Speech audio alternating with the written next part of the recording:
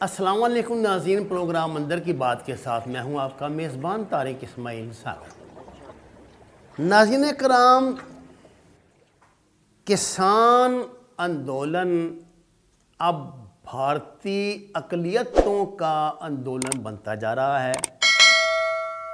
سچی بات تو یہ ہے کہ اس سارے جدوجہد نے جو کسانوں تک محدود نہیں رہی، اس میں بھارت کا ہر وہ شعبہ زندگی شامل ہو گیا ہے جو برہمن واد کی زیادتیوں کا پچھلے 73 سال سے شکار ہے۔ ناظرین کرام، اس حوالے سے کچھ چونکا دینے والی باتیں سامنے آ رہی ہیں۔ یہ کہا جاتا ہے کہ انیل امبانی اور یہ جو وجے مالیا اور یہ جو دوسرے اڈانی وغیرہ ہیں، یہ سب ان کے مودی صاحب کے پرسنل فرینڈ ہیں۔ بھارت کی ڈیفنس فورسز میں یہ بہت بڑا ایک سکینڈل سامنے آیا ہے کہ رافیل جہاز خریدنے سے پہلے 1 سال پہلے انیل امبانی نے اپنی ایک ڈیفنس کمپنی بنائی تھی۔ اس کمپنی کے توسط سے یہ سودا کیا گیا جس میں اربوں روپے کی کمیشن جو ہے کھائی گئی، اور یہ سب جانتے ہیں کہ باقی پیسہ کہاں گیا، اس کا ذکر میں آگے آپ سے کرتا ہوں۔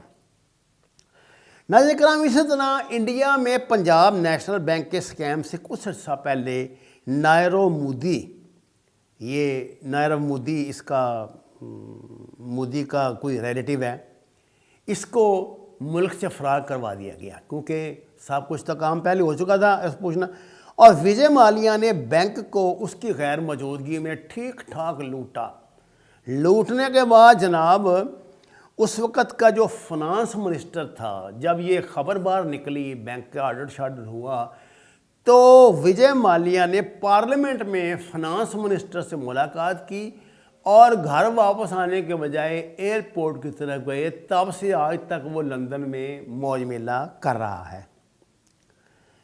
یہ سب گجراتی ٹولہ جو ہے نا، گرفتاری سے پہلے ہی وزیر اعظم مودی کی مدد سے فرار ہو کر بھارت سے باہر چلا گیا، اور فرار ہونے سے 1 روز پہلے یعنی یہ وجے مالیا وغیرہ نے 800 کروڑ روپے انہوں نے بھارتی وزیر داخلہ امت شاہ کے کوآپریٹو بینک میں جمع کروائے۔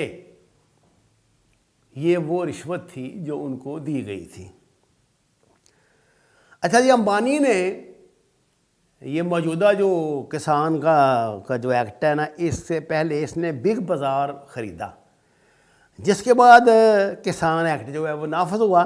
اچھا جی، امبانی جو ہے نا، اس نے گوگل اور فیس بک کے ساتھ ایک معاہدہ کیا تھا کہ وہ ریٹیل پرائس کسان ایکٹ سے پہلے انٹر کرے، اور انہوں نے ایسا کیا۔ اس کی ظاہر بہت بڑی قیمت اس نے ادا کی ہوگی۔ اسی طرح جناب اڈانی نے کسان ایکٹ سے پہلے 1000 گودام جو ہے نا وہ اونے پونے داؤں خریدے تھے، کیونکہ حکومت نے نا اتنی ان کی حوصلہ شکنی کی ہوئی تھی کسانوں کی کہ منڈیاں جو ہیں وہ اجاڑ ہو رہی تھیں، گودام خالی ہو رہے تھے، تو یہ ایک سازش کے تحت کیا جا رہا تھا۔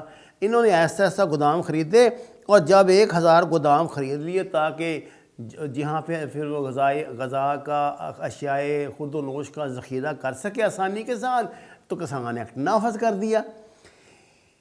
اسی طرح جناب کسان لیڈروں کا یہ کہنا ہے کہ یہ ان سب باتوں کے باوجود جو موجودہ حکومت ہے بڑی ایماندار ہے۔ ہر بات میں مودی صاحب یہ ضرور کہتے ہیں کہ ہم تو بڑی ایمانداری سے کسی کے سب کچھ کر رہے ہیں، کچھ نہیں کر رہے، اور حکومت نے کسانوں پر یہ بڑی پلاننگ اور بڑی خاموشی سے ڈاکہ مارا ہے۔ یہ کوئی اتنا آسان کام نہیں تھا۔ کسانوں بیچاروں کو تاب لغمہ جب ان کا سب کچھ لٹ چکا تھا۔ اب مصیبت انڈیا گورنمنٹ کی یہ ہے ناظرین کرام کہ غذا کسان پیدا تو کرتا ہے، کھاتے تو سب ہے نا جی، چاہے کوئی فوجی ہو، چاہے کوئی انجینئر ہو، چاہے کوئی ڈاکٹر ہو، کھانے تو سب نے ہیں۔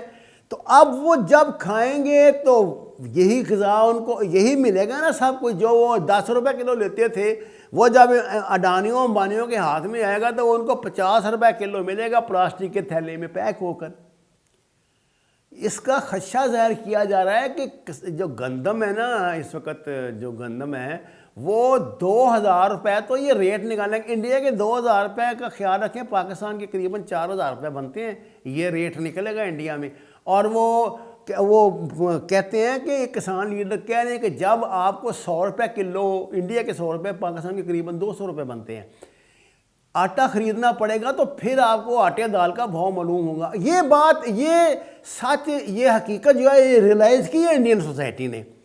یہ ریلائز کرنے کے بعد ہی وہ اب اس کا حصہ بن رہے ہیں۔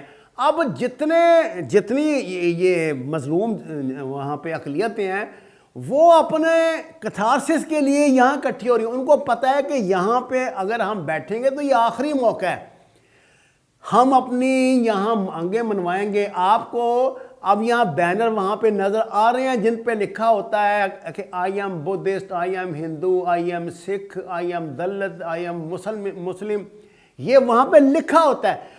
اور اس وقت یہ تحریک جو ہے نا یہ بڑی تیزی سے کسان تحریک کے بجائے انڈیا کے پسماندہ جو اقوام ہیں ان کی تحریک بن گئی ہے، اور کوئی اس میں حکومت کے ساتھ سودے بازی کے امکانات نہیں ہیں۔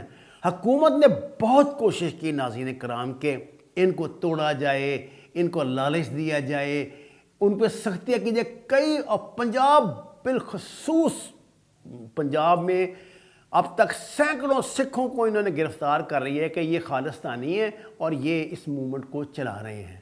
بہرحال آگے دیکھیے ہوتا ہے کیا۔